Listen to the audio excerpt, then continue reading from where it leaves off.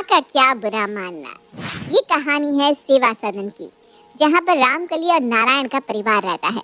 परिवार में सबसे बड़ी है रामकली, जिसके दो बेटे राम और शिव है। बड़े बेटे राम की शादी चंदा से होने के बाद परिवार में अब एक बहू आ गई थी। सेवा सदन में रामकली की कुछ एक खराब आदतों के अलावा बाकी सब मंगल ही मंगल था। अब आप सोच रहे होंगे कि भाई रामकली में ऐसी कौन सी बुराई है।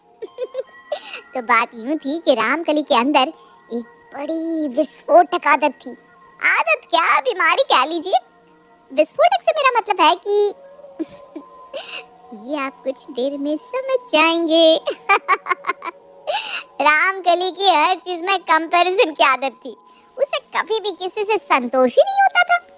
बड़ी बहू की शादी के बाद आजकल तो शादियां भी डिग्रियों के कागज देखकर होने लगी हैं। कागज पत्तर देखकर शादी होगी तो ऐसे ही दुल्हनियां घर आएंगी। अरे हम पूछते हैं, घर चलाने को कौन डिग्री की जरूरत है? हमारे जमाने में बहू आती थी तो सर के बाल से लेकर पैर की पायल का घुंघरू भी कोई देख नहीं पाता था। और संस्कार तो ऐसे कूट कूट कर भरे होते थे कि बहू बूढ़ी हो जाती थी लेकिन ससुर और जेठ उसकी आवाज भी नहीं सुन पाते थे। अब ज्यादा दूर जाने की कौन जरूरत है? अपने 2 नंबर वाली शर्मा इनकी बहू देख लो। गांव से ब्याह कर लाए हैं, बीए पास है और संस्कारी इतनी कि क्या बताएं। मजाल है सास के सामने सर खुला रखकर खड़ी हो जाए। 2 साल हो गए शादी को, कभी रात में सोते समय भी मैक्सी नहीं पहनती। सुबह से लेकर रात तक साड़ी लपेटे रहती है। ऐसे होते हैं बहुओं के संस्कार। ये नहीं कि 2 दिन हुआ नहीं डोली से उतरे और मैक्सी पहनकर पति के आगे पीछे घूमकर जाने लगो। रामकली जी ने जो एक बार बोलना शुरू किया, रुकने का नाम ही नहीं ले रही थी। कमरे में रामकली की बहू चंदा के अलावा कोई था भी नहीं।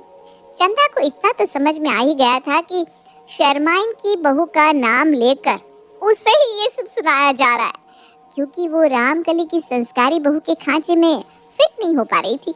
न तो वो 24 घंटे साड़ी में लिपट कर रहती थी, ना ही गूंगी गुड़िया बनकर रसोई चलाती थी, और डिग्री तो उसने पति से भी ऊंची ले रखी थी। फिर भी शादी के बाद सास को खुश रखने के लिए चंदा हर संभव प्रयास कर रही थी। 2 दिन बाद, माँ जी देखिए ना, हम और राम आपके लिए ये साड़ी लेकर आए हैं, आप पहनकर दिखाइए ना कैसी लग रही है। अरे यार, कौन तरह का कपड़ा का साड़ी उठा लाई हो? हमको ऐसा वैसा साड़ी नहीं पहनते, हमें एलर्जी हो जाता है। वो कहा है ना, हम तो लक्ष्मीपति ब्रांड की ही साड़ी लेते हैं और उसका कपड़ा देखो एकदम सिंथेटिक।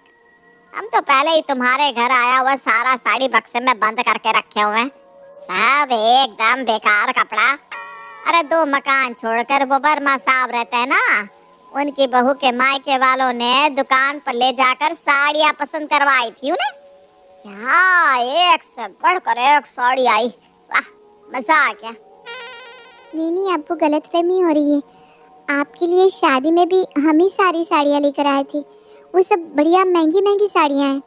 अरे छोड़ो, तुम्हें कहाँ समझ है, ब्रांडेड सामान ब्रांडेड होता है। तुम ये नई साड़ी रख दो, हम वापस करके रुपया ला कर तुमको दे देंगे। अपने गिफ्ट का इतना अनादर होते देख चंदा की आंखें भर आती है। कुछ दिन बाद चंदा सब्जियां काट रही थी कि तभी सास रामकली वहां आ जाती है। अरे तुमको बताए, वो शर्मा इनकी बहू है ना, इतनी बढ़िया साड़ी और शॉल ला कर दी है अपनी सास को। सब देखते रह गए। भाई अपनी अपनी किस्मत होता है, सबको इतना आदर सम्मान मिले कोई जरूरी बात थोड़े ना है। अब चंदा से बर्दाश्त नहीं हो पा रहा था, वो गुस्से में अपने कमरे में पहुंच जाती है।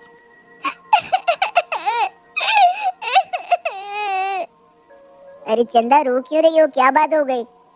राम की बात सुनकर चंदा साड़ी वापस करके पैसे देने से लेकर आगे तक की सारी बात पति को सुना देती है।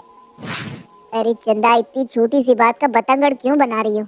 मम्मी की बात का क्या बुरा मानना, वो वैसे ही कह रही होंगी, उनका वो मतलब नहीं होगा, तुम बात को दिल से मत लगाओ। चंदा को लगा था कि राम उसकी परेशानी समझकर उसे दिलासा देगा, लेकिन यहाँ तो राम माँ की पैरवी करने में लग गया था।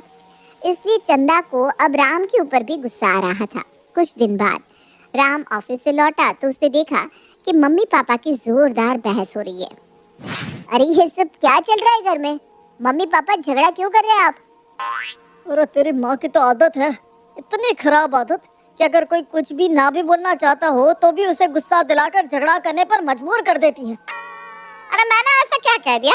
मैंने तो बस वही कहा जो सच है। पूरे 50 लाख की जमीन खरीद कर तेरी माँ के नाम करा दी है और जमीन के कागज देकर तुझे पता है इसने क्या कहा? ऐसा क्या कह दिया माँ ने? बोल रही है इस जमीन को क्या मैं चाटूं? एक पड़ोस वाले भाई साहब को देख लो, पिछली एनिवर्सरी पर ही डायमंड की अंगूठी दिलाकर लाए अपनी बीवी को, और एक तुम हो जो ये कागज दिखा रहे हो। अरे पापा तो आपको बताना चाहिए था ना कि अंगूठी 50,000 की आती है और जमीन 50 लाख की। हाँ, आप बिना हद करते हैं। माँ की बात का क्या बुरा मानना, वो तो सस्ती चीज ही मांग रही है ना। हाँ बेटा, तेरी माँ उन औरतों में से है कि अगर मैं इसे गला भी काट कर दे दूं ना तो ये कहेंगी गुप्ता जी ने तो चाकू से काटा था, तुमने तो छुरे से काट दिया।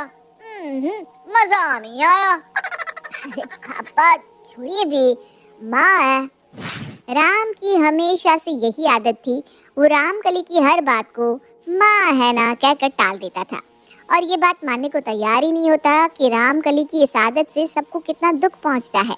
धीरे धीरे समय बीत रहा था। सास के दिन रात उसे नीचा दिखाते रहने से कहीं ना कहीं वो तनाव में रहने लगी थी। बीतते समय के साथ चंदा ने एक बेटे मनु को जन्म दिया और कुछ ही दिनों में मनु घर भर में दौड़ लगाने लगा। बेटा दादी को नमस्ते करो। नमस्ते। नमस्ते दादी, जय सिया राम।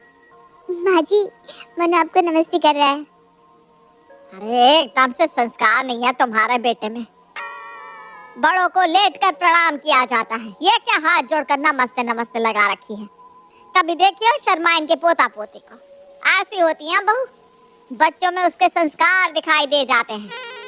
सास की जली कटी बात सुनकर चंदा अपने बेटे को गोद में लेकर अपने कमरे में आ जाती है। अरे क्या हो गया, ऐसे मुंह क्यों गिर गया है? होगा क्या, तुम्हारी मम्मी अभी तक तो सिर्फ मेरे संस्कारों में कमी निकालती थी, अब मेरे बेटे के पीछे भी पड़ गई हैं। तुम ही बताओ, मेरा 2.5 साल का बेटा उनसे हाथ जोड़कर नमस्ते कर रहा है, तो ये संस्कार नहीं बदतमीजी है क्या? हर बात में उन्हें सिर्फ दूसरों लोगों से ही कंपैरिजन करके घर के लोगों का दिल दुखाना होता है। मैं थक गई हूँ माँ जी की इस रवैये से। अरे गजब पागल औरत हो तुम।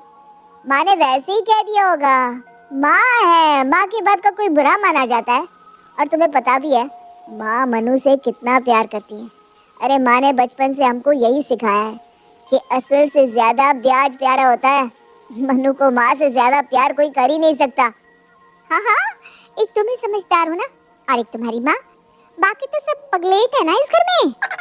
कुछ दिन बाद, माँ जी क्या बात है, आज पड़ोस वाले घर में बड़ी चहल पहल है। वो लड़का उनका सरकारी नौकरी पा गया है ना, पहली तनख्वाह मिली है, लाकर पूरी की पूरी माँ के हाथ पर रखी है। बस खुशी से फूली नहीं समारी गुप्ताइन, इसलिए रामायण पाठ बिठाई है। अरे भाई, सबके घर निकम्मी औलाद थोड़ी ना जन्म लेती है। एक हमारे सुपुत्र है, इनकी नौकरी लगी तो ये माँ के लिए 2 रुपए के चूर्ण की गोली भी नहीं लेकर आए, और उनका बेटा गुड्डू माँ के लिए सोने की चेन बनवा कर लाया है। हम तो कहते हैं ऐसी नालायक औलाद भगवान किसी को ना दे। हमारी जिंदगी बीत गई इनको पढ़ाकर अफसर बनाने में, और इनको याद भी नहीं आई कि माई क्या होती है। अरे मम्मी, आप क्या बेकार की बात लेकर बैठ गई हो? आपके पास कौन सा घर चलाने के लिए पैसों की कमी है जो मैं तनख्वाह आपके हाथ में रखूं? पापा की दुकान इतनी बढ़िया चल रही है, पापा ने कहा उनको जरूरत भी नहीं है। और मैंने तो आपसे कहा था कि आप अपने लिए कुछ बनवा लीजिए, आपने क्या जवाब दिया था कि अब बुढ़ापे में मैं सोने चांदी के गहने गड़वाऊंगी क्या? अरे मुझे तो पता ही था, तेरी नियत ही नहीं थी देने की। अरे कैसी बेतुकी बात कर रही हो मम्मी आप? और वो गोल्डी 1 नंबर का नालायक डफर, घूस देकर उसकी नौकरी लगी है, आप उससे मेरा कंपैरिजन कर रही हैं? तुमसे तो 100 गुना अच्छा है, अपनी माँ की पसंद की लड़की से ब्याह किया है, तुम्हारी तरह अंग्रेजी पटर पटर बोलने वाली लड़की नहीं लेकर आया। अरे माँ, आप कहाँ की बात कहाँ ले जा रही हो? राम को गुस्से में तमतमाया देख राम के पिता और चंदा मुस्कुराने लगते हैं। अरे भाई, माँ है, माँ की बात का बुरा थोड़ी ना मानते हैं। अरे ऐसे ही कह दिया होगा, उनका वो मतलब नहीं है। अब आया बेटा कि बिना गलती के गलत साबित किए जाने पर कैसा लगता है? मुझे तो 8 साल हो गए ये सुनते हुए कि मैं कितनी खराब हूँ और सारी दुनिया की बहुएं कितनी अच्छी हैं। आपको तो मेरी कोई चिंता ही नहीं थी। मैं तो लगभग डिप्रेशन में ही चली गई थी जब पापा जी ने मुझे खुश रहना और खुद पर भरोसा करना सिखाया। मुझे माफ कर दो आप दोनों, मैं गलत था।